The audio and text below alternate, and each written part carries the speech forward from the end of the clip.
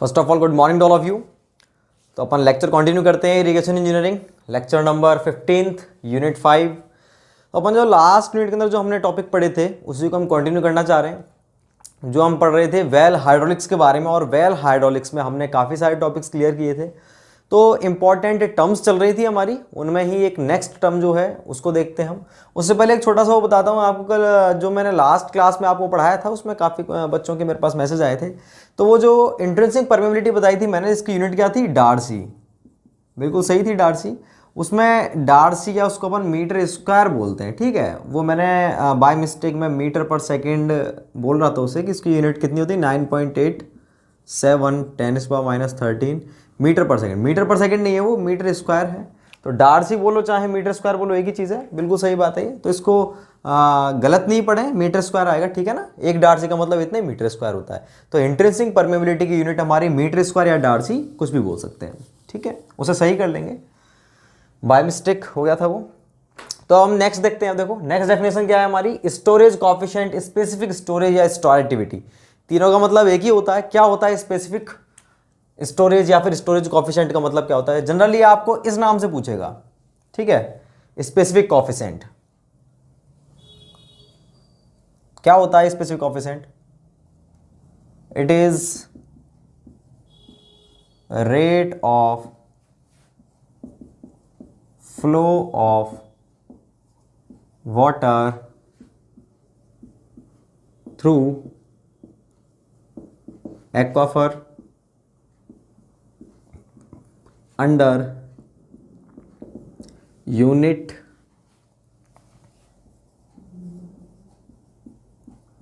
Hydraulic gradient. तो देखो क्या होता है ये it is rate of flow of water through aquifer under unit hydraulic gradient. यहां पर केवल ये टर्म इंपॉर्टेंट है, क्योंकि इस टर्म को चेंज होते ही हमारा जो डेफिनेशन है वो अलग हो जाती है हमारी।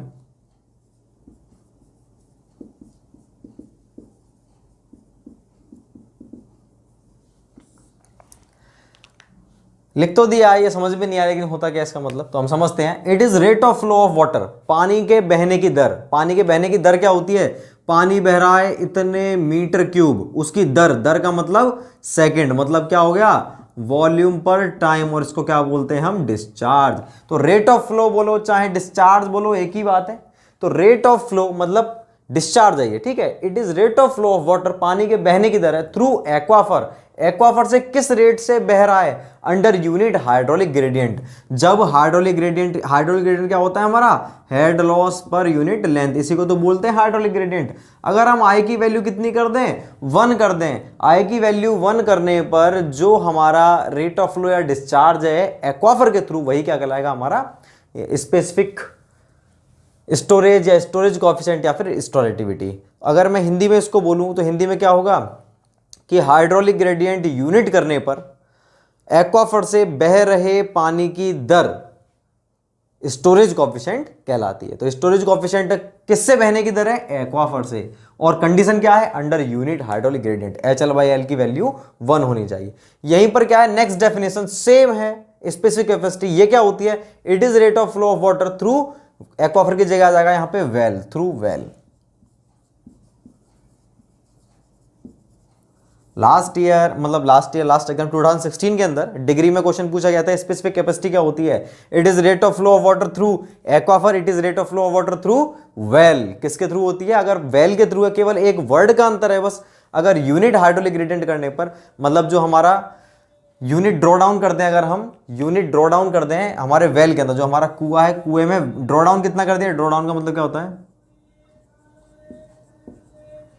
ड्रॉ डाउन का मतलब होता है पानी का लेवल जितना भी था उसको हमने कितना गिरा दिया? पानी का स्तर 1 मीटर नीचे गिरा दिया। मतलब हम पंपिंग कर रहे हैं, पंपिंग करते करते उसका जो स्तर है, लेवल है, 18 मीटर था, 18 से कितना हो गया? 17 मीटर। तो यूनिट ड्रॉ डाउन करने पर पानी का स्तर यूनिट कम करने पर जो रेट ऑफ फ्लो है पानी की, उसे क्या बोलते हैं हम? उसको बोलते हैं स्पेसिफिक कैपेसिटी। तो स्पेसिफिक कैपेसिटी क्या होती है? It is rate of flow of water through well under unit drawdown. Unit draw down का मतलब क्या होता है बता दिया मैंने आपको। पानी का स्तर मान लीजिए ये हमारा कुआं था, इस कुएं में टोटल जो लेवल था पानी का वो था 18 मीटर, और हम यहां से क्या कर रहे हैं, पंपिंग कर रहे हैं पंपिंग कर रहे हैं, पानी को हम बाहर निकाल रहे हैं। तो बाहर निकाल तो हमें मालूम है, हमें नहीं मालूम उसका डिस्चार्ज कितना है, कितना भी होता है एक्स वाई जेड जितना भी डिस्चार्ज इसका x मीटर क्यूब पर सेकेंड, और निकालने लगे धीरे धीरे इसका डिस्चार्ज की वैल्यू हो गई मान लीजिए 1 मीटर क्यूब पर सेकंड मान लीजिए, और हम इसको पंप करते जा रहे हैं, इसका स्तर घटेगा, घटते हुए कितना होगा 17.9, 17.8, 17.5, और इसकी जो डिस्चार्ज की वैल्यू वो बढ़ती जा रही है। तो 1 मीटर ड्रॉ डाउन पर जो डिस्चार्ज की वैल्यू है वो वैल्यू ही क्या कहलाएगी, हमारी स्पेसिफिक कैपेसिटी। तो स्पेसिफिक कैपेसिटी क्या होती है वो मैं लिख देता हूं। स्पेसिफिक कैपेसिटी क्या होती है, हिंदी में जो लिखना चाहेंगे वो हिंदी में लिख सकते हैं। कुएं में पानी का स्तर यूनिट गिरने पर उससे प्राप्त हो रहे पानी की दर स्पेसिफिक कैपेसिटी कहलाती है। फिर से बोल देता हूं, कुएं में पानी का स्तर यूनिट गिरने पर उससे प्राप्त हो रहे पानी की दर स्पेसिफिक कैपेसिटी कहलाती है। और जो इंग्लिश में लिखे जाते हैं वो लिख सकते हैं, it is rate of flow of water under unit draw down through well. यहां पर क्या इंपॉर्टेंट है, वेल। एक्वाफर की बात करता है तो स्पेसिफिक स्टोरेज, और अगर इसकी बात करता है तो स्पेसिफिक कैपेसिटी। इसका दूसरा नाम है स्टोरेज कोएफिशिएंट। आपको स्टोरेज कोएफिशिएंट नाम से ही पूछेगा वैसे, और स्पेसिफिक कैपेसिटी का मतलब किससे है, हमारे वेल से। तो दोनों डेफिनेशन लिख लेंगे। उसके बाद फिर नेक्स्ट डेफिनेशन हमारी स्पेसिफिक रिटेंशन। स्पेसिफिक यील्ड बताता हूं पहले मैं आपको, उसके बाद रिटेंशन बताऊंगा। तो next definition, next important term है हमारी, जो भी नंबरिंग चल रही थी आप कंटिन्यू करेंगे, मैं डायरेक्ट हेडिंग लिख रहा हूं। Specific yield. स्पेसिफिक यील्ड क्या होती है,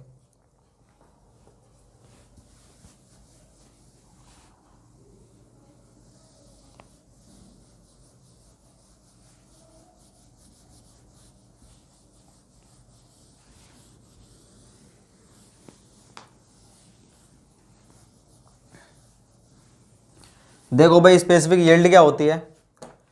स्पेसिफिक यील्ड का मतलब होता है कि टोटल कितना पानी हमें मटेरियल से प्राप्त हो रहा है। मटेरियल का मतलब एक्वाफर ही होता है भाई। यहां पर मटेरियल किससे पानी प्राप्त होगा, हमें एक्वाफर से प्राप्त होगा। ये हमारा क्या था, अनकन्फाइंड एक्वाफर था इस तरह से। तो यहां से हमको क्या प्राप्त होगा, पानी। तो पानी हमें कितना प्राप्त हो रहा है, ड्यू टू ग्रेविटी। अब ग्रेविटी के द्वारा पानी कैसे प्राप्त होगा, आपके माइंड में आ रहा होगा, जो हमारा एक्वाफर होता है वहां से तो हम पानी ऐसे निकालते हैं ऊपर की तरफ, और ऊपर की तरफ तो ग्रेविटी के कारण आएगा नहीं, हम पंप करके निकालेंगे। तो ग्रेविटी के कारण पानी कहां कैसे प्राप्त होगा हमें एक्वाफर से। अरे भाई एक्वाफर में आपने क्या किया, एक कुआं बना दिया साइड में, और एक्वाफर में वाटर टेबल ये था। तो जितना वाटर टेबल है इस कुएं के अंदर पानी ऐसे ही तो आएगा इस तरह से। और ये पानी क्यों आ रहा है, ये एक्वाफर में, एक्वाफर से इस कुएं में पानी क्यों आ रहा है, किस तरह से आ रहा है, ग्रेविटेशनल फोर्स के कारण ही तो आ रहा है। इसमें पानी कैसे आएगा, ग्रेविटेशनल फोर्स के कारण। आप मुझे बताओ क्या सारा का सारा पानी इस कुएं में आ जाएगा, क्या सारा का सारा तो नहीं आएगा। तो जितना पानी हम इस एक्वाफर से प्राप्त कर रहे हैं, ठीक है, वो पानी तो क्या कहलाएगा, स्पेसिफिक यील्ड। यील्ड वर्ड का मतलब मैं आपको बहुत बार बता चुका हूं। यील्ड का मतलब क्या होता है, किसी भी चीज से पानी को प्राप्त करना, वो क्या कहलाएगी, उसकी यील्ड। और यील्ड में कई प्रकार के बता चुका हूं। कैचमेंट यील्ड क्या होती है, एक्वाफर की यील्ड क्या होती है, और वेल की यील्ड क्या होती है। तो स्पेसिफिक यील्ड का मतलब क्या है, यहां पर एक्वाफर की यील्ड से है कि जो हमारा एक्वाफर था, इस एक्वाफर से पानी हम प्राप्त कर रहे हैं किसमें, कुएं में। और कैसे आ रहा है पानी, पानी आ रहा है ग्रेविटेशनल फोर्स के द्वारा। तो वो क्या कहलाएगा, हमारा स्पेसिफिक यील्ड। बात क्लियर है। तो इसको हम किस तरह से डिनोट करेंगे मैथमेटिकली, मैथमेटिकली हम टोटल वॉल्यूम के रूप में डिनोट करेंगे। मान लो ये जो एक्वाफर था, इस कंप्लीट इसकी volume for example 100 metre cube थी, और ये 100 मीटर क्यूब में से टोटल वॉल्यूम थी एक्वाफर की। एक्वाफर के अंदर पानी भी है और सॉइल भी है, दोनों चीजों की जो मिक्स वॉल्यूम थी कंप्लीट वो थी 100 मीटर क्यूब। और यहां से जो हमें ग्रेविटेशनल फोर्स के द्वारा जो हमें प्राप्त हुआ पानी, वो कितना हुआ, मान लीजिए 100 मीटर क्यूब तो टोटल वॉल्यूम थी। और 100 मीटर क्यूब वॉल्यूम के अंदर हमारी जो पोरोसिटी थी एन, पोरोसिटी क्या है, जितने भी उसके अंदर वॉइड्स हैं वो है, मान लीजिए हमारी 100 मीटर क्यूब के अंदर पोरोसिटी की वैल्यू है 40%, मतलब 40 मीटर क्यूब। और इस 40 मीटर क्यूब में से जो पानी आपको प्राप्त हुआ है ग्रेविटी के द्वारा वो हुआ है आपको 30 मीटर क्यूब, और बाकी का पानी कहाँ है? बाकी का पानी है आपके एक्वाफर में। ध्यान देंगे इस पर, ये क्या है? टोटल वॉल्यूम ऑफ एक्वाफर कितनी है? 100 मीटर क्यूब, और उस 100 में से जो पोरोसिटी वो है 40 मीटर क्यूब। पोरोसिटी मतलब क्या हो गया? वॉइड्स। वॉइड्स की वॉल्यूम कितनी है? Total 40 metre cube. मतलब पानी कितने में है? 40 में तो पानी है, और बाकी 60 मीटर क्यूब में क्या है? सॉइल है। बात क्लियर है? अब पानी इसके अंदर कितने में था? 40 मीटर क्यूब पानी इसके अंदर मौजूद है। ये टोटल 100 मीटर क्यूब था। 100 में से 40 मीटर क्यूब पानी है, और पानी किस में होगा? वॉइड्स में होगा, जिसको अपन किससे रिप्रेजेंट करते हैं? पोरोसिटी से। और बाकी 60 मीटर क्यूब में क्या है? आपकी सॉइल है। इस 40 मीटर क्यूब पानी में से जो ग्रेविटी के द्वारा हम प्राप्त कर चुके हैं वो पानी कितना है हमारा? 30 मीटर क्यूब, और बाकी जो बचा हुआ है वो कितना है? 10 मीटर क्यूब। तो 30 मीटर क्यूब कौन सा पानी है? जिसको हम ग्रेविटी से प्राप्त कर सकते हैं। जिसको ग्रेविटी से नहीं कर सकते वो रुका हुआ है एक्वाफर के अंदर। वो कितना पानी है? 10 मीटर क्यूब। तो हम कहेंगे कि इस एक्वाफर की यील्ड कितनी है? कितनी है इसकी यील्ड? इसकी यील्ड है भाई 30 मीटर क्यूब। और अगर मैं इसको बताना चाहूं इस मटेरियल के रेस्पेक्ट में कि कंप्लीट जो एक्वाफर है उसके रेस्पेक्ट में कितना परसेंटेज पानी मिल रहा है, भाई कंप्लीट तो 100 मीटर क्यूब वॉल्यूम थी, और पानी कितना मिल रहा है? 30 मीटर क्यूब मिल रहा है। तो कितनी हो गई? 30%। और इसी को हम क्या बोलते हैं? इसको बोलते हैं स्पेसिफिक यील्ड। स्पेसिफिक यील्ड का मतलब क्या हुआ कि टोटल जो हमारा मटेरियल है उसकी तुलना में हम कितना पानी ग्रेविटेशनल फोर्स के द्वारा प्राप्त कर पा रहे हैं उस एक्वाफर से, उसको हम क्या बोलेंगे? Specific yield. ये होता है हमारा स्पेसिफिक यील्ड। बाकी जो पानी उसमें रुका हुआ है, जो बचा हुआ पानी है, जो अब वो बचा हुआ कैसे? वो ग्रेविटेशनल फोर्स के विरुद्ध। ये चीज भी मैं आपको फर्स्ट यूनिट बता चुका हूं, जहां मैंने आपको बताया था फील्ड कैपेसिटी।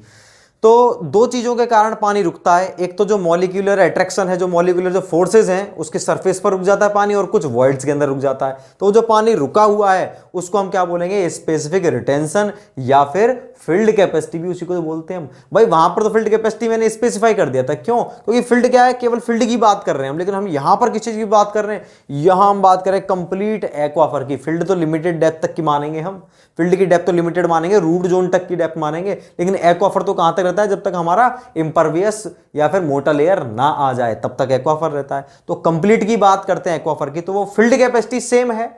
जैसा फील्ड कैपेसिटी क्या होती है? टोटल अमाउंट कितना रुका हुआ है फील्ड के अंदर, ऐसे ये एक्वाफर में कितना अमाउंट रुका हुआ है। तो इसको अपन क्या बोलते हैं? स्पेसिफिक रिटेंशन या फिर फील्ड कैपेसिटी। तो अपने दो टॉपिक एक साथ क्लियर करते हैं अपन।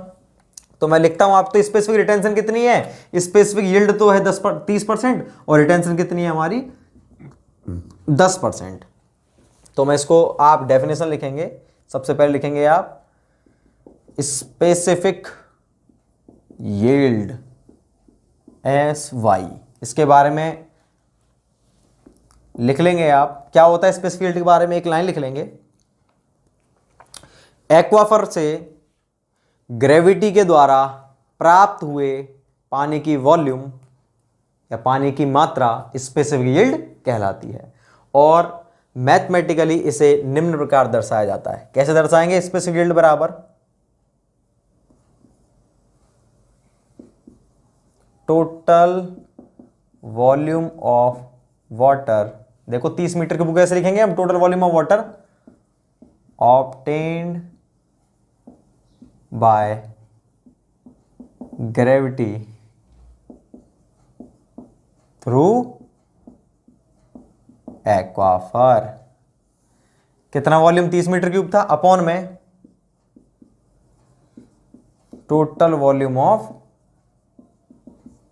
एक्वाफर इनटू में 100। ये क्या होगी? हमारी स्पेसिफिक यील्ड होगी। तो स्पेसिफिक यील्ड क्या होती है? Total volume of water obtained by gravity through aquifer upon में total volume of aquifer into में 100। ये होती है हमारी स्पेसिफिक यील्ड। और स्पेसिफिक यील्ड के बाद में अगर मैं आपको नेक्स्ट बताऊं वो क्या है हमारा? स्पेसिफिक रिटेंशन, या इसको अपन डिनोट करते हैं SR से। इसको अपन फील्ड कैपेसिटी भी बोल सकते हैं। तो स्पेसिफिक रिटेंशन क्या होगी हमारी? पहले एक लाइन लिख लेंगे स्पेसिफिक रिटेंशन के अंदर, एक्वाफर में ग्रेविटी के विरुद्ध, ग्रेविटी के अगेंस्ट रुका हुआ पानी, तो एक्वाफर में ग्रेविटी के विरुद्ध रुके हुए पानी की मात्रा क्या कहलाती है हमारी? स्पेसिफिक रिटेंशन कहलाती है या फिर फील्ड कैपेसिटी कहलाती है। तो ये हमारी स्पेसिफिक रिटेंशन या फिर फील्ड कैपेसिटी थी। इसके बाद में फिर अगर हम बात करते हैं तो स्पेसिफिक रिटेंशन को अपन किस तरह से डिनोट करेंगे? इसको डिनोट करेंगे total volume of water retained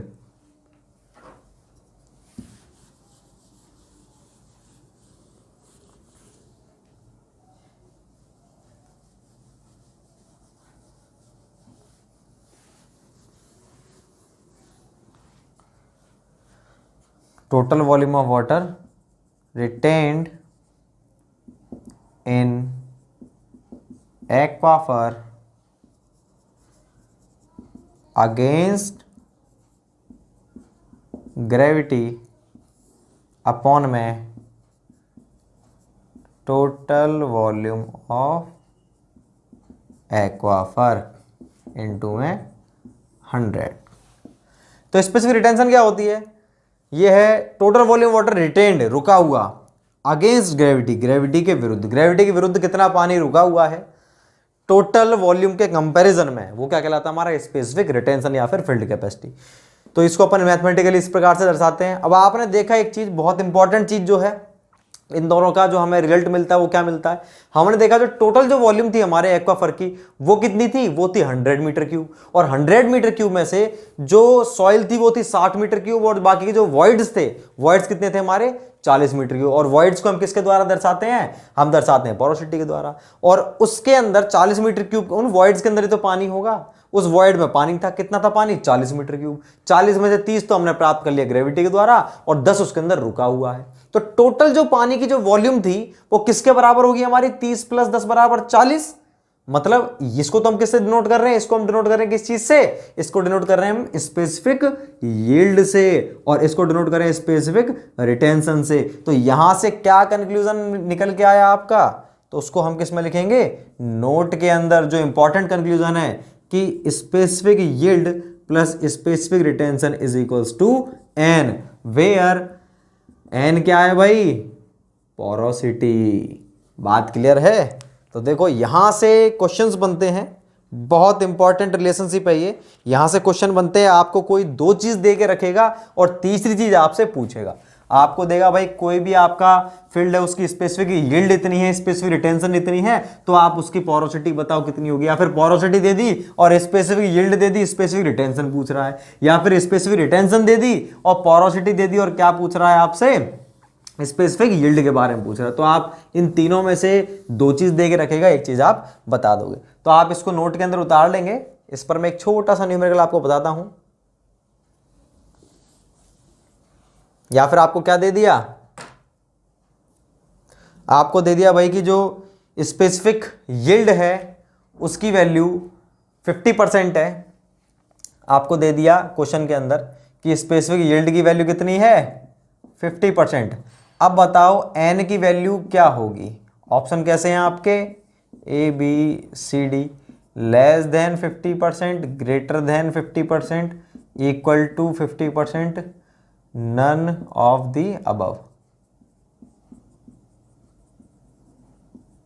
समझ में आया? ये क्वेश्चन दिया है, जैसे मान लो स्पेसिफिक यील्ड दे रखी कितनी? 50%, और क्या बोल रहा है आपसे कि एन की वैल्यू बताओ। अब उसने वैल्यू नहीं वैल्यू एग्जैक्ट वैल्यू नहीं पूछ रहा वो आपसे, वो एग्जैक्ट वैल्यू नहीं पूछ रहा। उसने केवल क्या बोला है कि आप तो बता दो एन की वैल्यू 50 से कम आएगी या ज्यादा आएगी या 50 आएगी या इन चारों में से नहीं आएगी। तो देखो क्या करेंगे हम, आपको पता है रिलेशनशिप ये होती है स्पेसिफिक यील्ड और पोरोसिटी के बीच में ये रिलेशनशिप होती है।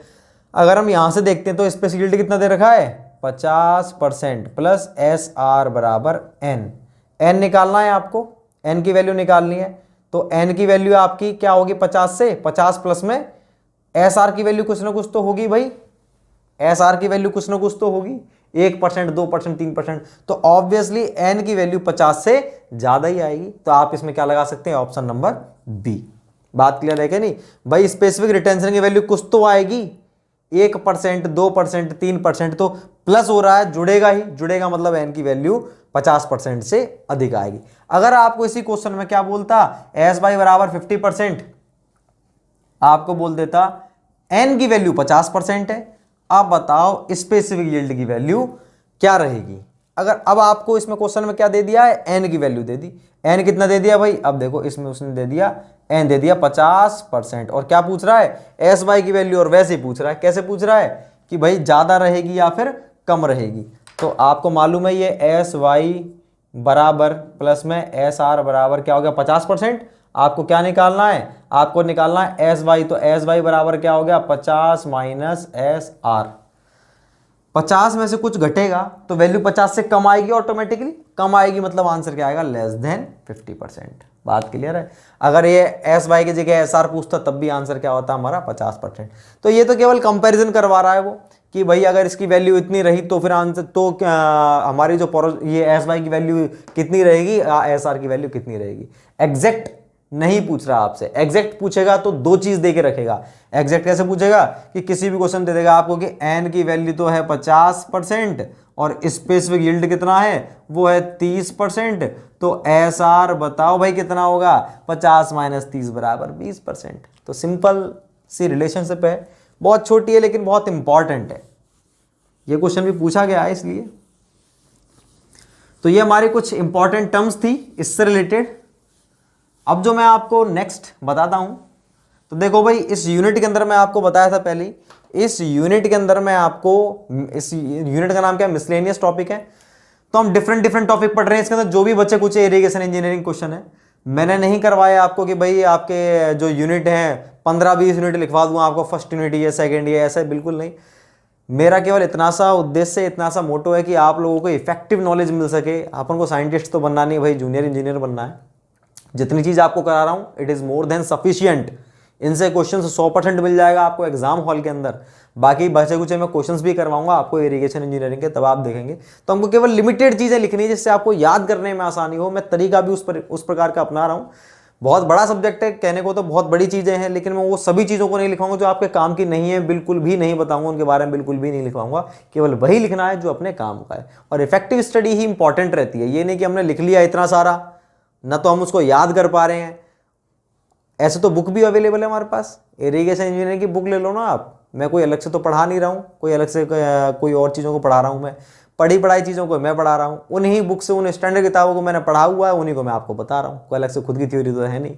बस ये है कि रिप्रेजेंट करने का तरीका मेरा थोड़ा अलग है। मैं केवल लिमिटेड चीज़ों को बताता हूँ, केवल इफेक्टिव स्टडी को बताता हूँ। तो आपको केवल यही चीज़ ध्यान रखनी है बेसिकली, कि बहुत ही इफेक्टिव नोट्स बनाने हैं। जो मैं बता रहा हूं वो तो इंपॉर्टेंट है, आपको उससे भी खुद के सेल्फ नोट्स बनाने हैं, और वो इससे भी छोटे होने चाहिए, जिससे कि आप उसको 15 मिनट में रिवाइज कर सको, 20 मिनट में रिवाइज कर सको एक सब्जेक्ट को एग्जाम हॉल में जाने से पहले। तो ये रहता है अपनी स्ट्रेटेजी किसी भी एग्जाम को फाइट करने की। हमको इतना बड़ा वो नहीं करना, हमें इरिगेशन के अंदर ही हमको एमटेक करनी है या फिर साइंटिस्ट बनना है, ठीक है। तो मैं आप बच्चे को जो टॉपिक बता रहा हूँ आपको, पहला टॉपिक अपन ने क्या क्लियर किया था इसके अंदर, सबसे पहले इस यूनिट के अंदर हमने पढ़ा था रिजर्वायर के बारे में, ठीक है, वो हम पढ़ चुके हैं कंप्लीटली। सेकंड जो पढ़ा था उसके बाद में वो मैंने पढ़ा था क्या, वेल हाइड्रोलिक्स के बारे में पढ़ा अपन ने, ये भी अपना कंप्लीट हो चुका है। तीसरा टॉपिक अपन क्या देखते हैं इस यूनिट का, सीपेज एनालिसिस। सीपेज एनालिसिस में आपको पढ़ाता हूं, इसके बाद फिर हम डैम पढ़ेंगे और भी जो कुछ बच रहा है सब कुछ देखेंगे। तो अपन अब देखते हैं नेक्स्ट टॉपिक जो है इस यूनिट का, मेन हेडिंग डालेंगे सीपेज एनालिसिस। क्या होता है सीपेज एनालिसिस, उसके बारे में देखते हैं पहले। तो मेन हेडिंग है हमारी सीपेज एनालिसिस। पहले भाई मैं आपको इसके बारे में कंप्लीट बताता हूं क्या होता है सीपेज एनालिसिस। भाई क्या हुआ था कि हाइड्रोलिक स्ट्रक्चर्स बनाए गए थे काफ़ी सारे, 19 के समथिंग, उससे पहले भी अपने इंडिया के अंदर और बाहर भी। तो उन हाइड्रोलिक स्ट्रक्चर्स को बनाने पर क्या हुआ था कि कुछ हाइड्रोलिक स्ट्रक्चर्स फेल हो गए, क्योंकि उन्होंने जो बनाए थे वो बनाए थे आर्बिट्रेरी और एक इनएक्सपीरियंस, मतलब केवल देखा था इस तरह से हमको बनाना चाहिए और कोई थ्योरी अप्लाई की नहीं और डायरेक्टली उन्होंने बना दिए। हाइड्रोलिक स्ट्रक्चर जैसे हाइड्रोलिक स्ट्रक्चर्स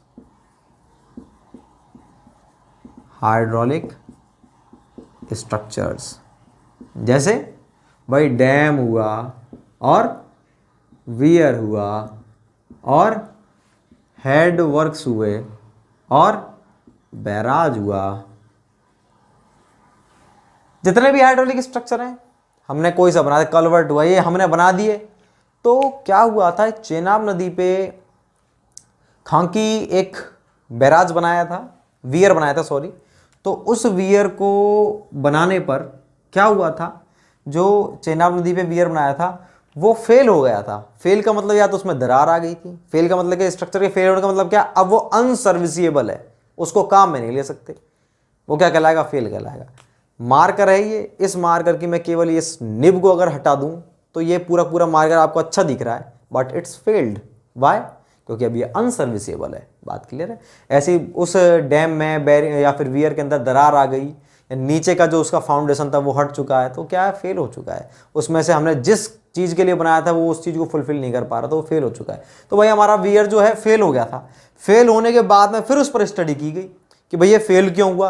तो काफ़ी सारी चीज़ें पता लगी कि भाई इस कारण से फेल हुआ या फिर उस कारण से फेल हुआ। तो कारण क्या क्या थे फेल होने के, उन पर उन्होंने स्टडीज़ करी। तो हमारे दो वैज्ञानिक थे मेन इस थ्योरी से रिलेटेड, सीपेज एनालिसिस से रिलेटेड। वो कौन कौन से थे? पहला था हमारा ब्लिग और दूसरा था खोसला। सबसे पहले किसने थ्योरी दी थी इसके ऊपर? ब्लिग ने, और उसके बाद में खोसला ने। तो दोनों जो फेल हुआ था हमारा वियर, उसका जो मेन रीजन था वो क्या था? सीपेज। सीपेज का मतलब क्या होता है? पानी का रिसना, रिसाव, पानी रिस करके पहुंच रहा है दूसरी तरफ। अब इन्होंने अपनी अपनी थ्योरीज दी कि क्यों हो रहा है फेलियर किसी भी हाइड्रोलिक स्ट्रक्चर का। सीपेज के कारण होता है। सीपेज के कारण दो चीजें होती हैं, पहली तो होती है पाइपिंग और दूसरी होती है अपलिफ्टिंग। पाइपिंग का मतलब क्या है? ये हमारा, मैंने मान लीजिए कोई डैम बनाया हुआ है इस तरह से, पानी एक तरफ है दूसरी तरफ खाली है, तो पानी उसके नीचे से यूं धीरे धीरे जाने लगा रिस करके, उसको क्या बोलेंगे? सीपेज। पानी सीप कर रहा है, सीपेज हो रहा है पानी का। तो रिस करके पानी जाने लगा तो क्या होता है, धीरे धीरे एक पानी जो हमारे पार्टिकल्स हैं, पार्टिकल सॉइल के बीच में इस तरह से, ये हमारे पार्टिकल्स हैं और ये पानी जा रहा है इस तरह से। तो पानी क्या करेगा? इन पार्टिकल्स के ऊपर दबाव डालेगा, ये पार्टिकल्स आगे की तरफ मूव करने लगेंगे धीरे धीरे धीरे धीरे धीरे धीरे। और ये हमारा क्या था? डैम था। ये पार्टिकल्स धीरे धीरे मूव करने लगे और पार्टिकल हट गए।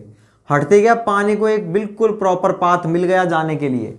तो पाइप लाइक संरचना बन चुकी है। कैसी? पाइप की तरह बन गई संरचना। पाइप में क्या होता है भाई? ऐसा ही तो होता है देखने पे, पानी जा रहा है लेकिन वो क्या, उसका सरफेस स्मूथ रहता है, लेकिन यहां से भी क्या है, पानी जा रहा है इस होल में से। जैसे चूहे का बिल होता है, मान लो वो बन चुका है यहाँ पे, तो एक बिल टाइप की तरह बन चुकी है, उसे क्या बोलेंगे? पाइप। और ये जो हमारा फेलियर था, इस फेलियर को हम क्या बोलते हैं? पाइपिंग। इस फेलियर का बोलते हैं पाइपिंग, या दूसरा नाम होता है अंडर माइनिंग। अंडर माइनिंग मतलब वही बिल बन जाना, नीचे टनल बन जाना, अंडर माइनिंग।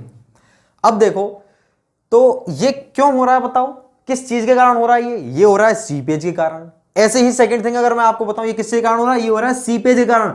पानी का सीपेज हो रहा है उसके कारण। तो अगर पानी सीप नहीं करता, पानी अगर सीपेज नहीं होता पानी का, तो ये वाली प्रॉब्लम उत्पन्न होती ही नहीं इसके अंदर। सेकंड थिंग क्या थी? तो पहला फेलियर तो ये हुआ, ये किसके कारण हो रहा है? वही सीपेज के कारण। और सेकंड क्या हुआ कि पानी जो है यहां से यूं जा रहा है नीचे, ये इसका बेस बना हुआ है, ये हमारे डैम का बेस है। ये बेस का मतलब नीचे वाला फ्लोर है। पानी यूं गया, यूं जाता जाता जाता जाता, और इसके ऊपर यूं इस तरह से इसने फोर्स लगाया। भाई पानी है तो पानी के पास एनर्जी है, और एनर्जी को हम कैसे डिनोट करते हैं? हेड के रूप में। पढ़ चुके हैं इस चीज को हम कहां पर? फ्लूइड मैकेनिक्स के अंदर, कि पानी को हम किस तरह से, पानी की एनर्जी को कैसे डिनोट करते हैं? प्रेशर क्या होता है भाई? रो इंटू जी इंटू एच। और अगर मैं रो इंटू जी को प्रेशर के नीचे भेज देता हूं तो ये क्या बचता है दूसरी तरफ? एच। एच का मतलब हेड बचता है। ये भी एनर्जी है, प्रेशर एनर्जी। तो प्रेशर एनर्जी को मैं किसके द्वारा बता रहा हूं? हेड की टर्म में, मतलब इतने मीटर एनर्जी है। तो जब पानी के पास क्या है? हेड है। हेड है तो उसके पास प्रेशर है क्या? नहीं, बिल्कुल है। पानी के पास अगर हेड है तो उसके पास प्रेशर है क्या? नहीं, बिल्कुल है। प्रेशर है तो उस प्रेशर अगर है तो प्रेशर फोर्स है क्या? नहीं, बिल्कुल है। प्रेशर फोर्स क्या होता है? प्रेशर इनटू में एरिया।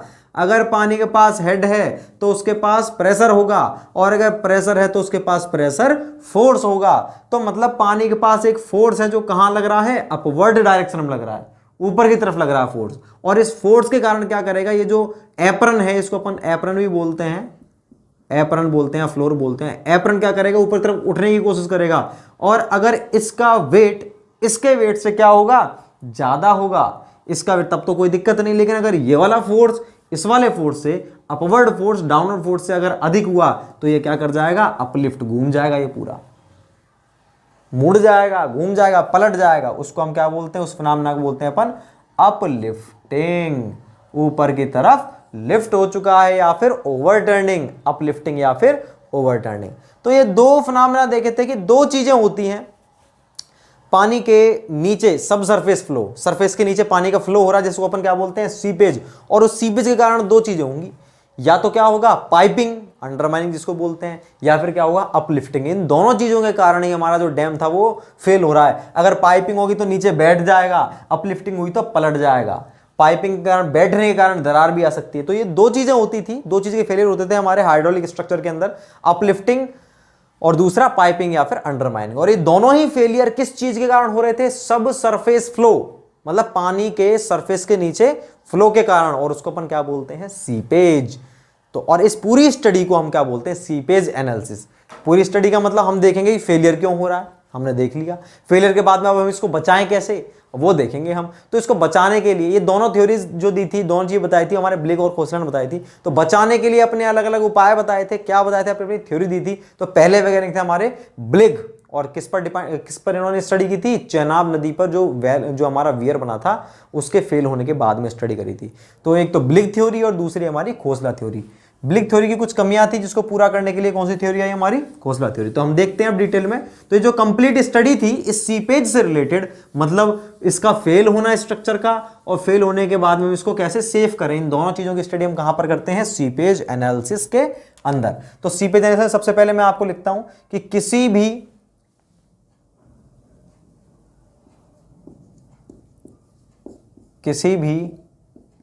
लिख लेंगे आप, हाइड्रोलिक स्ट्रक्चर, हाइड्रोलिक स्ट्रक्चर जैसे भाई डैम हुआ, और वियर हुआ, और बैराज हुआ, या फिर डायवर्जन हेड वर्क्स, कुछ भी मानो etc। किसी भी हाइड्रोलिक स्ट्रक्चर में सीपेज के कारण निम्न दो फेलियर होते हैं। कौन कौन से फेलियर होते हैं, पहला है हमारा पाइपिंग या अंडर माइनिंग, और दूसरा है अपलिफ्टिंग। तो भाई पाइपिंग या अंडरमाइनिंग में आप लिखेंगे, मैं बोलूंगा पाइपिंग या अंडरमाइनिंग में क्या होता है। पाइपिंग या अंडरमाइनिंग के अंदर जो मैंने आपको समझा तो दिया ही, क्या होता है कि पानी के सीपेज के कारण, पानी के सीपेज के कारण हाइड्रोलिक स्ट्रक्चर के नीचे मौजूद सॉइल के पार्टिकल्स मूव करने लगते हैं, सॉइल के पार्टिकल्स मूव करने लगते हैं, और उस जगह पोरोसिटी इंक्रीज हो जाती है, जिससे कि पानी के फ्लो के लिए प्रॉपर पाथ बन जाता है। पानी के फ्लो के लिए क्या है, एक प्रॉपर पाथ बन चुका है, पानी आराम से जा रहा है, प्रॉपर पाथ बन जाता है, जिसे पाइपिंग या अंडरमाइनिंग कहते हैं। यही होता है पाइपिंग अंडरमाइनिंग।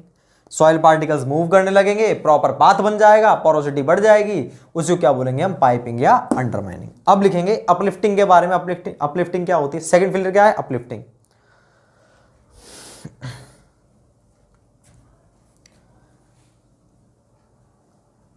सीपेज के कारण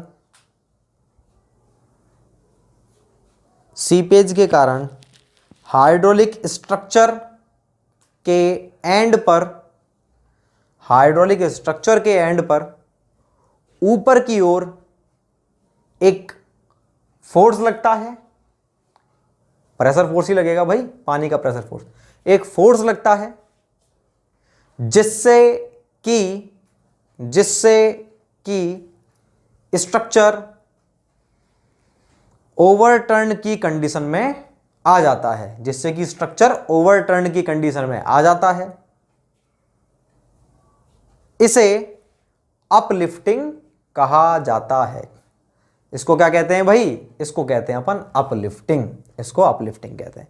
तो हमने देखा कि हमारे सीपेज के कारण दो प्रकार की चीजें हो रही हैं, या तो पाइपिंग या अंडरमाइनिंग हो रहा है फेलियर, या फिर अपलिफ्टिंग। अब हम देखते हैं, इसकी दो थ्योरी हैं अपनी अपनी। आप चाहे एक लाइन लिख सकते हैं, नेक्स्ट लाइन लिखेंगे, seepage analysis, seepage analysis comma Bligh व खौसला थ्योरी द्वारा किया जाता है। सीपेज एनालिसिस कैसे करते हैं अपन? ब्लिग थ्योरी और खौसला थ्योरी द्वारा करते हैं। तो अब अपन लिखते हैं पहले नंबर पे, अब अपन लिखते हैं ए ब्लिग थ्योरी। अब देखो, मैं आपको ब्लिग थ्योरी से रिलेटेड सारी चीजें वन बाय वन बताऊंगा, क्या क्या चीज होती है।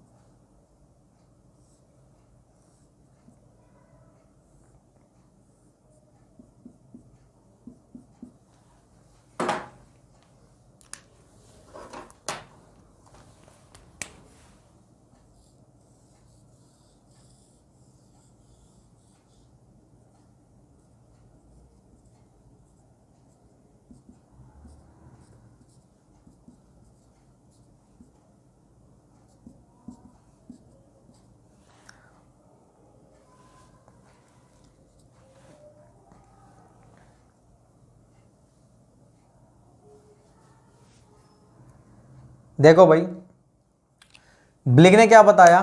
ब्लिग ने बताया ये हमारा डैम बना हुआ है मान लो, और ये इसका क्या है? बेस है, और इसमें मैंने ये वर्टिकल दो पाइल्स दे रखी है, पियर्स दे रखे हैं, इसको अपन बोलते हैं cut off, vertical cut off बोलते हैं इसको अपन, वर्टिकल कट ऑफ है ये दोनों। तो क्या है, इन्होंने बोला कि जो पानी है वो कैसे सीप करता है? वो करता है एक लेंथ के अलोंग क्रीप करता है, और उसको अपन क्या बोलते हैं? जिस भी लेंथ के अलोंग पानी चलता है उसे बोलते हैं, उस लेंथ को अपन बोलते हैं क्रीप लेंथ, क्रीप लेंथ। तो इन्होंने क्रीप लेंथ कौन सी होगी? पानी देखो भाई ऐसे जा रहा है, यहां से ये ए पॉइंट है, ये बी है, ये C D E F G H I J, मतलब ये ए बी सी डी पानी ऐसे जा रहा है, दिख रहा है आपको? तो ये जो कंप्लीट जो लेंथ है जिसके अलोंग पानी मूव कर रहा है, उस लेंथ को क्या बोला गया है? Creep length.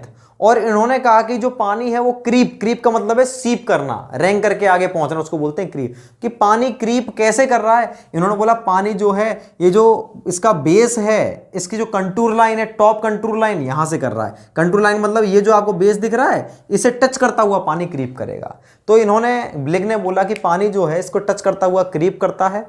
और एक तो कौन सी क्रीप हो गई? ये होगी हॉरिजॉन्टल क्रीप, हॉरिजॉन्टल चल रहा है। जब पानी हॉरिजॉन्टल चल रहा है तो बोलेंगे उसको हॉरिजॉन्टल क्रीप, और अगर पानी वर्टिकल चल रहा है तो उसको बोलेंगे वर्टिकल क्रीप। और इन्होंने, ब्लिग ने, इन दोनों क्रीप में कोई डिफरेंस नहीं बताया। इन्होंने नहीं बताया कि भाई वर्टिकल क्रीप में ज्यादा एनर्जी का लॉस होता है या फिर हॉरिजॉन्टल क्रीप के अंदर। इन्होंने बोला, इन्होंने कुछ भी नहीं बताया इन दोनों के बारे में। उन्होंने कहा दोनों में बराबर होता है, कि चाहे पानी ऐसे मूव करे चाहे पानी ऐसे मूव करे, दोनों ही केसेस में जो पानी के मूवमेंट के कारण जो हेड का लॉस होगा वो क्या है? दोनों में बराबर होगा।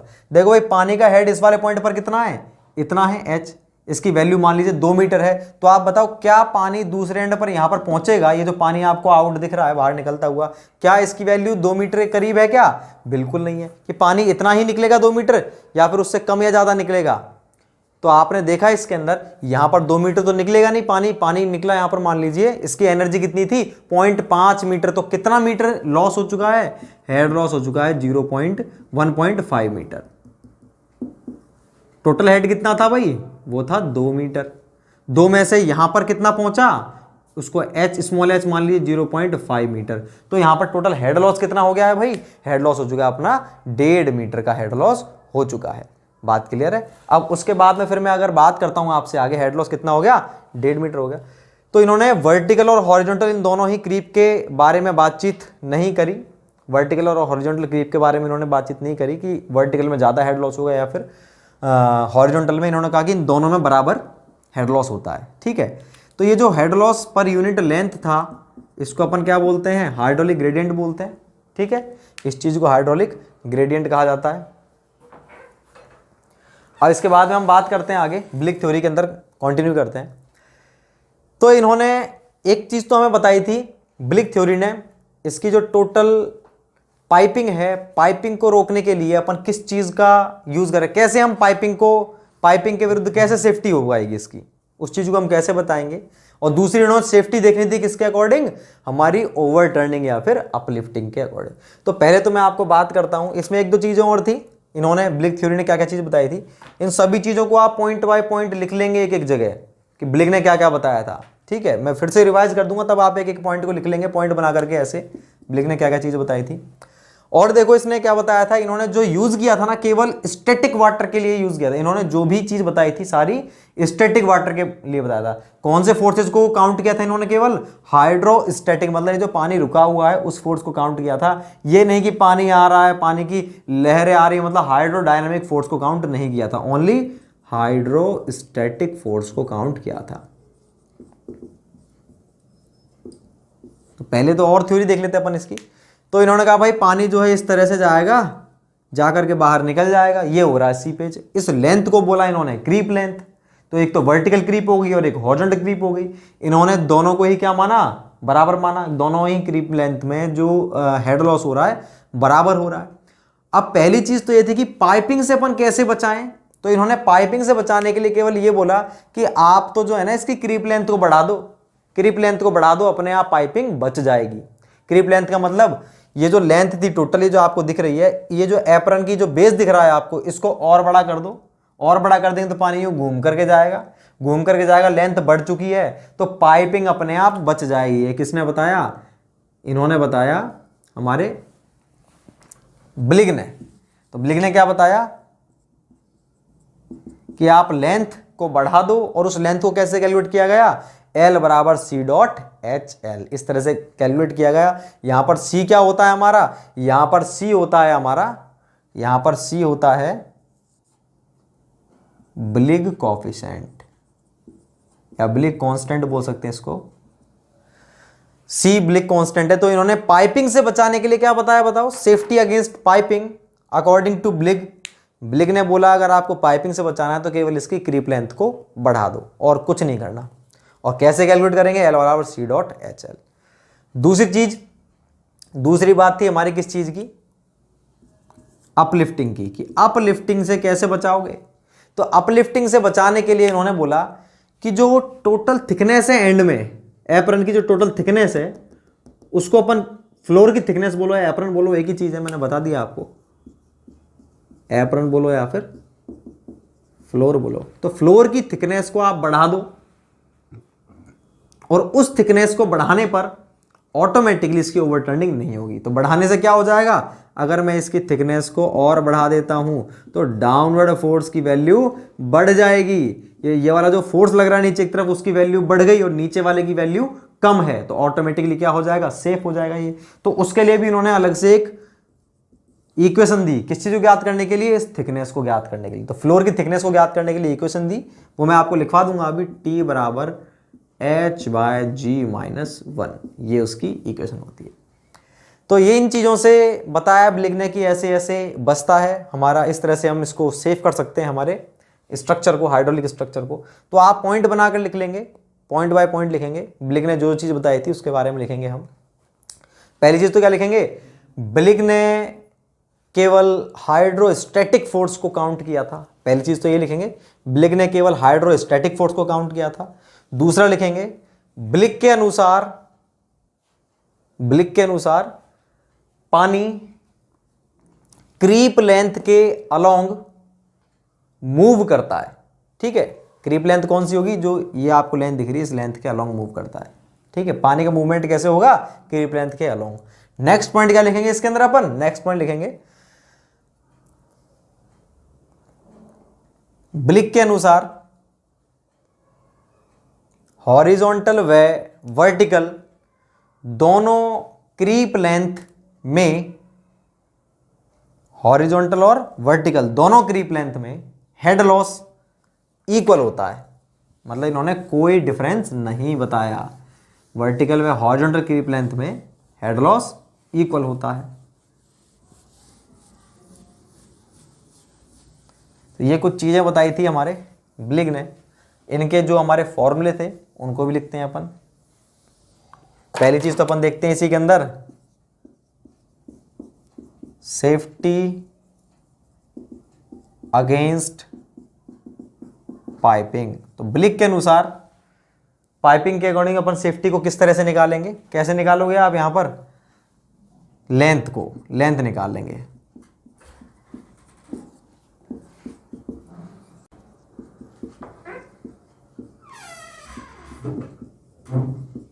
मैं आपको लिखाता हूं। तो सेफ्टी अगेंस्ट पाइपिंग, तो ब्लिक के अनुसार आप पाइपिंग अगेंस्ट सेफ्टी के लिए क्या करोगे, तो इसमें लिखेंगे, ब्लिक के अनुसार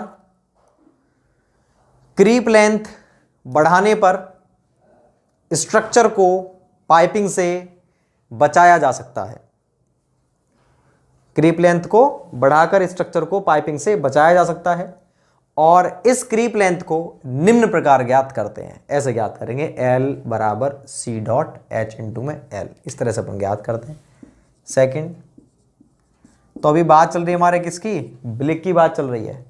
सेकंड लिखते हैं, सेफ्टी अगेंस्ट अपलिफ्टिंग। इसमें क्या लिखेंगे, अपलिफ्टिंग के लिए इन्होंने फ्लोर थिकनेस को बताया कि भाई फ्लोर थिकनेस को इंक्रीज करो आप, तब जाकर के अपलिफ्टिंग बचेगी।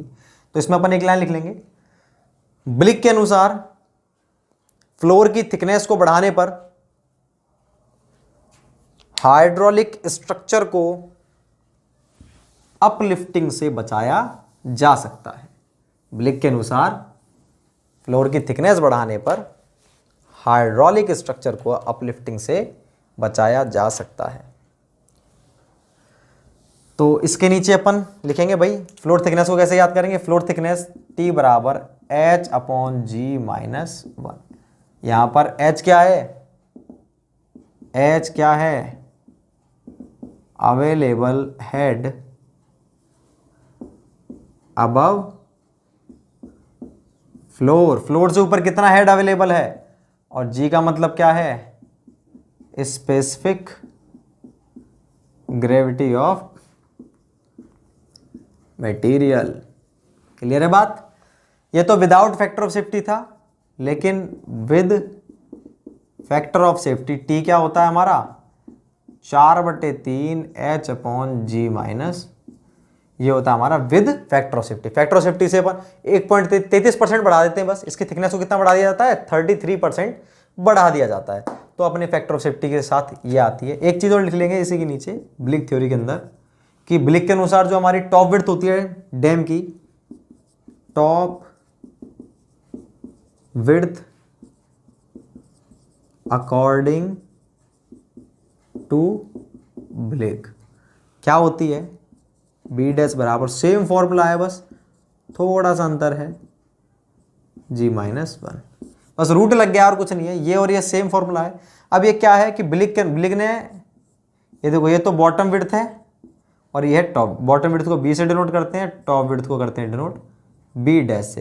तो B डैश कैसे निकाला इन्होंने, H अपॉन में रूट G माइनस 1 से, इस तरह से इन्होंने B डैश को निकाला। तो ये इसका फॉर्मूला होता है। तो ये कंप्लीट बात थी किससे रिलेटेड, ये थी हमारे ब्लिक से रिलेटेड। तो ब्लिक ने क्या क्या बताया कि हाइड्रोस्टैटिक फोर्स के लिए डिजाइन करते हैं अपन, ठीक है। और दूसरी चीज़ क्या बताई थी इन्होंने कि जो क्रीप है दोनों को समान माना था, दोनों में हेड लॉस समान होता है। ये सब चीज़ें बताई थी हमारे ब्लिग ने। अब मैं बात करूंगा आपसे बी, कैपिटल बी हेडिंग डालेंगे, खोसला थ्योरी। तो खोसला ने क्या क्या बताया था, सभी चीज़ों को देखते हैं अपन।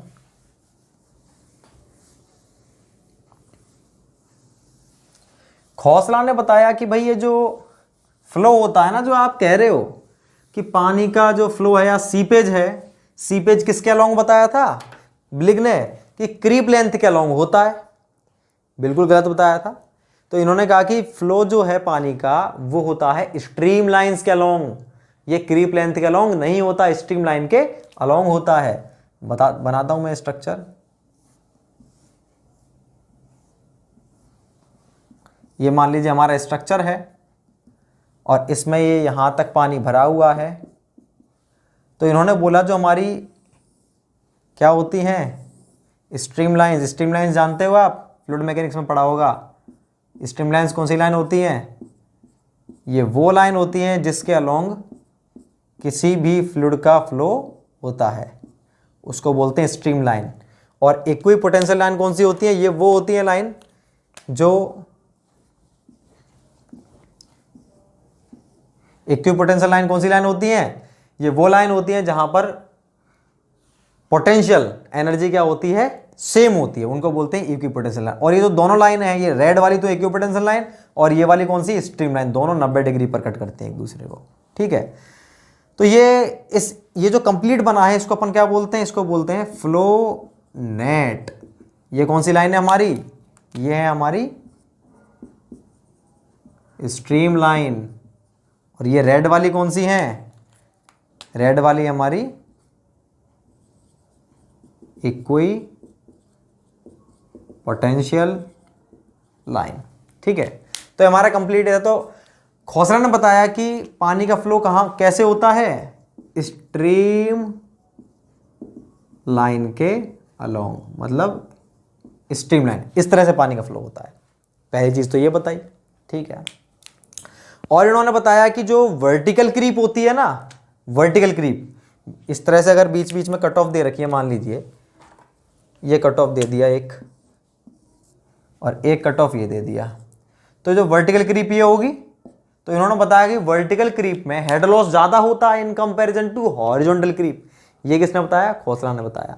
और इन्होंने फ्लो नेट का सहारा ला, फ्लो नेट यही होता है स्ट्रीम लाइन और इक्विपोटेंशियल लाइन का कॉम्बिनेशन का जो ग्राफ बनता है, नेट बनता है, उसे क्या बोलते हैं अपन, फ्लो नेट। इन्होंने स्टडी के लिए फ्लो नेट का यूज किया और क्या बताया इन्होंने कि सीपेज जो है कि सीपेज स्ट्रीम लाइन के अलोंग होता है, यह बताया था इन्होंने। और वर्टिकल सीपेज ज्यादा होता है, वर्टिकल सीपेज में लॉस ज्यादा होता है in comparison to horizontal seepage. अब बात आती है किस चीज की कि भाई टोटल जो हमारी पाइपिंग के अगेंस्ट आप सेफ्टी कैसे बनाओगे। तो पाइपिंग के अगेंस्ट सेफ्टी बनाने के लिए इन्होंने एक टर्म दी, वो टर्म थी हमारी क्या, एग्जिट ग्रेडियंट।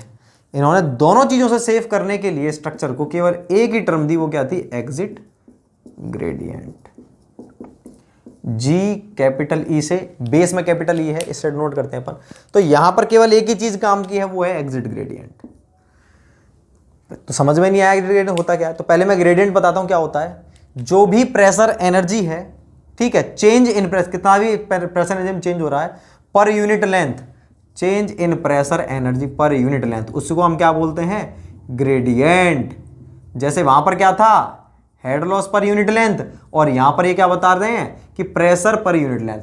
भाई देखो जितना भी हेड यहां पर मिलेगा, मैंने आपको बताया यहां पर मान लीजिए एच हेड पहुंच पा रहा है, 3 मीटर हेड यहां पर था, यहां पहुंच रहा है केवल 1 मीटर हेड, 2 मीटर लॉस हो चुका है। तो 1 मीटर हेड जो पहुंच रहा है उसको मैं स्मॉल एच से नोट कर सकता हूं और उस हेड को मैं प्रेशर की टर्म में बता सकता हूं या नहीं, बिल्कुल। कैसे, P बराबर रो जी एच। तो चाहे तो मैं एच के रूप में बोलूं चाहे प्रेशर के रूप में। उन्होंने बोला था एच के रूप में और इन्होंने किसके रूप में बोला, प्रेशर के रूप में, कि यहां पर जितना भी प्रेशर पहुंच रहा है पर यूनिट लेंथ, उस एच एल बाई एल बोला था उन्होंने, capital H L by L, इसको क्या बोला था, आई। और यहां पर किसके रूप में बोल रहे हैं, वो प्रेशर के रूप में, कि प्रेशर पर यूनिट लेंथ, कितना प्रेशर खत्म हो चुका है, change in pressure per unit length, इसको इन्होंने क्या बोला है, ग्रेडियंट। और जो एंड है, इस वाले एंड पर, इस वाले एंड पर जो ग्रेडियंट हमको प्राप्त हो रहा हो, उस ग्रेडियंट को क्या बोला इन्होंने, एग्जिट ग्रेडियंट। बात क्लियर है। एग्जिट ग्रेडियंट बोला इन्होंने इसको, एग्जिट ग्रेडियंट। तो ये होता है हमारा एग्जिट ग्रेडियंट। एग्जिट ग्रेडियंट का मतलब आपके माइंड में क्या आना चाहिए कि इतना प्रेशर उस वाले पॉइंट पर लग रहा है अपवर्ड डायरेक्शन में, इतना प्रेशर फोर्स या इतना प्रेशर लग रहा है अपवर्ड डायरेक्शन में एंड पर, वो है हमारा एग्जिट ग्रेडियंट। तो इन्होंने क्या बोला, खोसला ने बोला कि अगर पाइपिंग से हमको बचना है ना तो एग्जिट ग्रेडियंट की वैल्यू सेफ होने, मतलब एग्जिट ग्रेडियंट का मतलब क्या है, ऊपर की तरफ जो प्रेशर जो लग रहा है एंड पर जो प्रेशर मिल रहा है हमें कहां पर, अपवर्ड डायरेक्शन में, अगर इसकी वैल्यू डाउनवर्ड डायरेक्शन, मतलब कौन सा फोर्स होगा, मेटेरियल का फोर्स होगा, सबमर्ज्ड सॉइल भी होगी, यहां पर नीचे की सॉइल जो है ना, ये भीगी हुई सॉइल, इसका वेट डाउनवर्ड डायरेक्शन में लग रहा है, इसका वेट लग रहा है डाउनवर्ड डायरेक्शन में, अपवर्ड डायरेक्शन में क्या लग रहा है, प्रेशर फोर्स लग रहा है। तो ये कह रहा है कि अगर एग्जिट, और इसको अपन किससे डिनोट कर रहे हैं, एग्जिट ग्रेडियंट से, कि एग्जिट ग्रेडियंट की वैल्यू अगर डाउनवर्ड फोर्स से ज्यादा है तब तो होगी अपनी पाइपिंग, और नहीं है तो नहीं होगी। मतलब हमें एग्जिट ग्रेडियंट को कम रखना है, कम का मतलब हेड लॉस ज्यादा करना है हमको, तो एग्जिट ग्रेडियंट की वैल्यू को कम रखते हैं अपन, कम बनाते हैं, उसको अपन बोलते हैं safe exit gradient. Safe exit gradient क्या होता है, मैं फिर से लिखवा दूंगा आपको। तो इन्होंने पाइपिंग से भी और अंडरमाइनिंग दोनों से बचने के लिए क्या, पाइपिंग और अपलिफ्टिंग दोनों से बचने के लिए क्या बताया कि एग्जिट ग्रेडियंट की वैल्यू कम होनी चाहिए एंड पर, तो पाइपिंग से भी बच जाएगा और अपलिफ्टिंग से भी बच जाएगा। और अपलिफ्टिंग से बचने के लिए उन्होंने एक चीज बताई थी कि उन्होंने एक पॉइंट बताया था ना कि जो हमारा वर्टिकल जो क्रीप होती है वो ज्यादा होती है in comparison to horizontal creep. तो इन्होंने बोला कि एंड पे आप एक कट ऑफ और दे दो, एंड पर अगर आपने डीप कट ऑफ दे दी, गहरी कट ऑफ दे दी, तो लॉस ज्यादा होगा, और लॉस ज्यादा होगा तो एग्जिट ग्रेडियंट ऑटोमेटिकली कम हो जाएगा, कम हो जाएगा तो हमारी अपलिफ्टिंग बच जाएगी और पाइपिंग भी बच जाएगी। तो उन्होंने पूरा कॉन्सेप्ट किसका दिया था, केवल एग्जिट ग्रेडियंट का। तो एग्जिट ग्रेडियंट किसने दिया था, खोसला ने। अब लिखने खोसला ने। क्या होता है एग्जिट ग्रेडियंट, एंड पर जो हमारा प्रेशर है उसकी वैल्यू क्या कहलाती है, एग्जिट ग्रेडियंट। उसको हम किस तरह से ज्ञात करते हैं वो मैं लिखता हूं आपको, 2-3 प्रकार के होते हैं ये। तो पहले आप 2-4 पॉइंट लिखेंगे, उसके बाद मैं इनकी वैल्यूज लिखवाऊंगा आपको, सेफ एग्जिट ग्रेडियंट की वैल्यूज भी लिखवाऊंगा, ठीक है। तो पहले आप 1-2 पॉइंट लिखेंगे, क्या लिखेंगे, खोसला के अंदर, खोसला के अकॉर्डिंग सीपेज, कॉमा लगाएंगे, कॉमा, खोसला के अकॉर्डिंग सीपेज स्ट्रीम लाइन के अलोंग होता है, स्ट्रीम लाइन के अलोंग होता है, और इन्होंने इसके लिए, इस स्टडी के लिए, और इन्होंने इसके लिए फ्लो नेट का यूज किया। किसका यूज किया भाई, फ्लो नेट का यूज किया, ठीक। नेक्स्ट पॉइंट लिखेंगे, ऐसे पॉइंट बना के लिखेंगे, खोसला के अकॉर्डिंग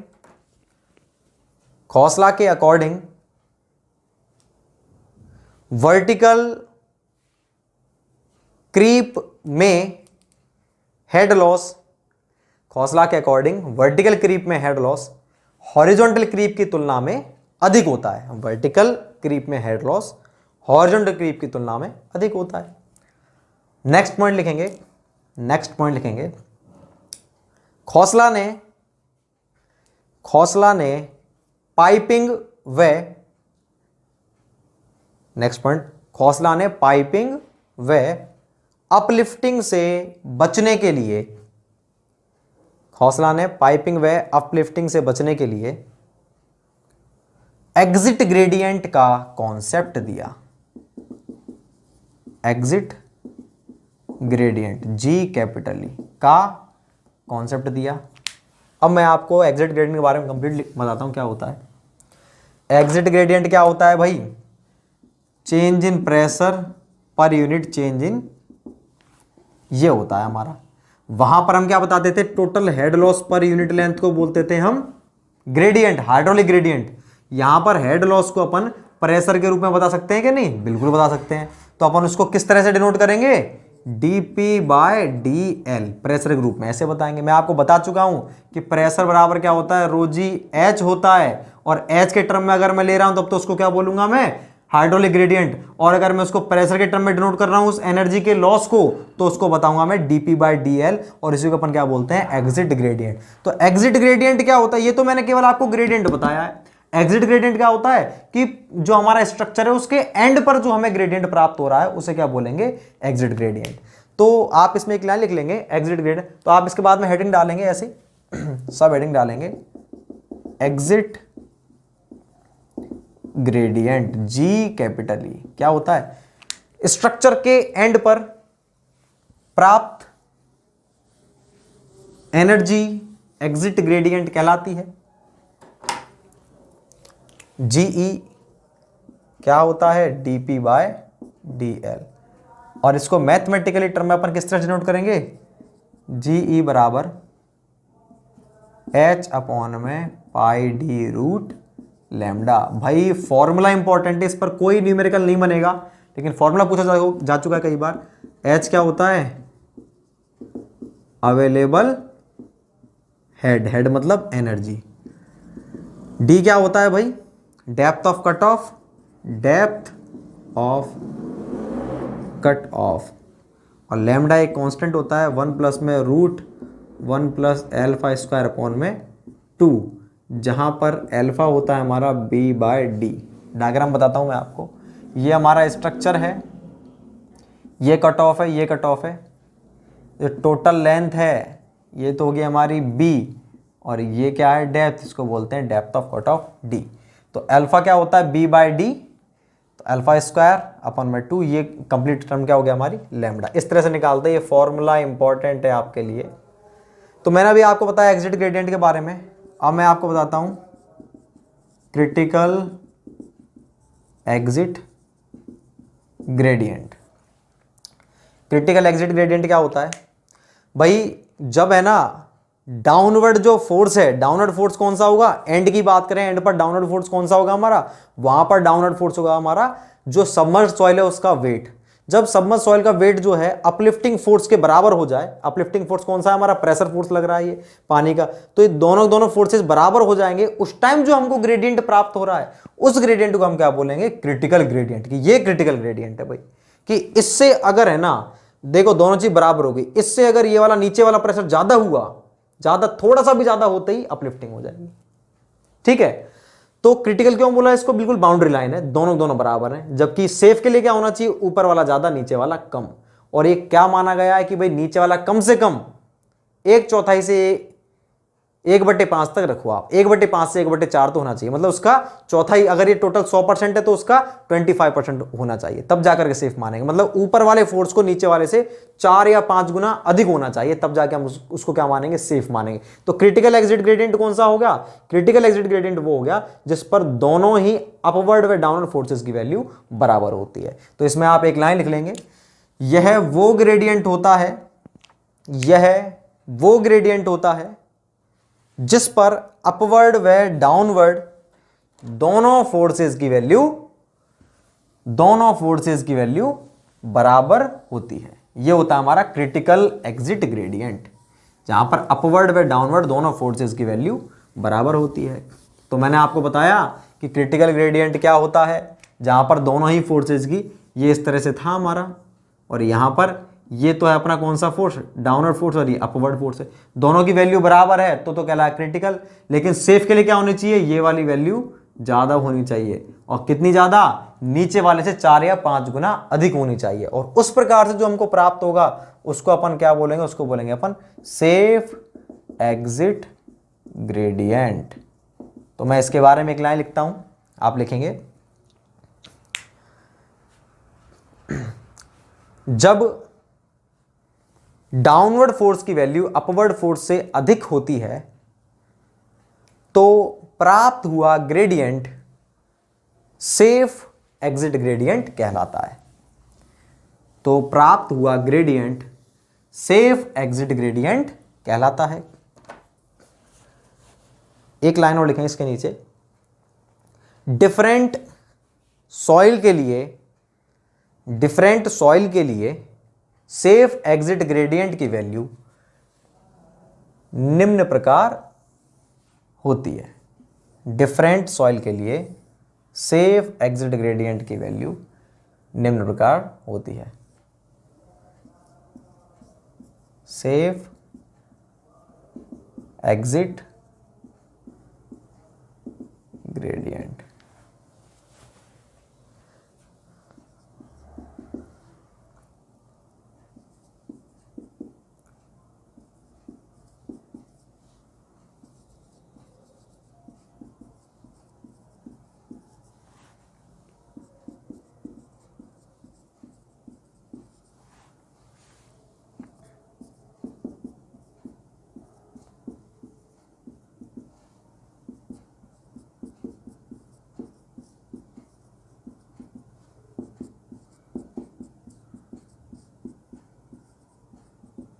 इंपॉर्टेंट है भाई ये।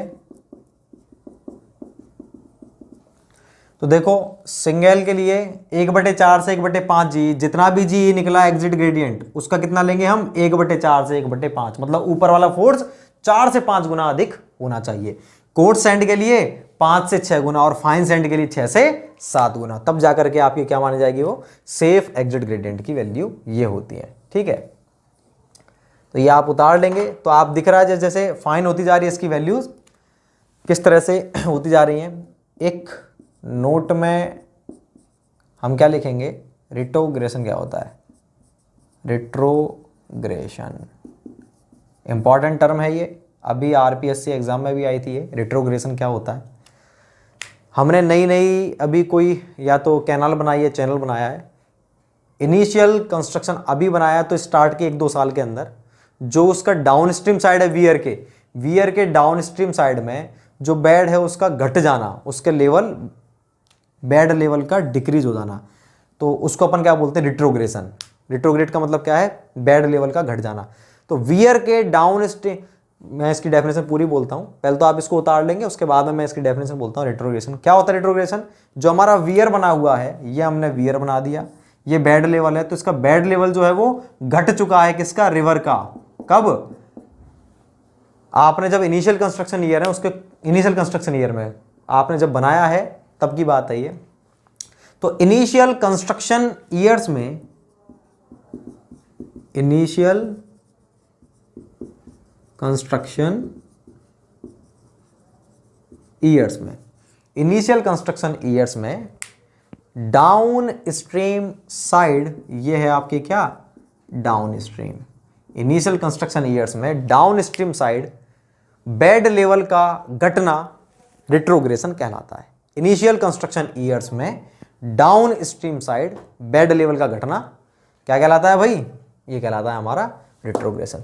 तो ये कुछ बातें थी हमारी सीपेज से रिलेटेड। सीपेज एनालिसिस कंप्लीट हो चुका है टॉपिक हमारा, इनसे क्वेश्चंस बनते हैं जो मैंने आपको बता दिए। नेक्स्ट जो टॉपिक रहेगा हमारा वो रहेगा डैम के बारे में बात करेंगे, तो फिर अपनी ये यूनिट नेक्स्ट कंटिन्यू करेंगे नेक्स्ट लेक्चर में। ठीक है, thank you so much, keep revise all subjects parallelly. Thank you so much.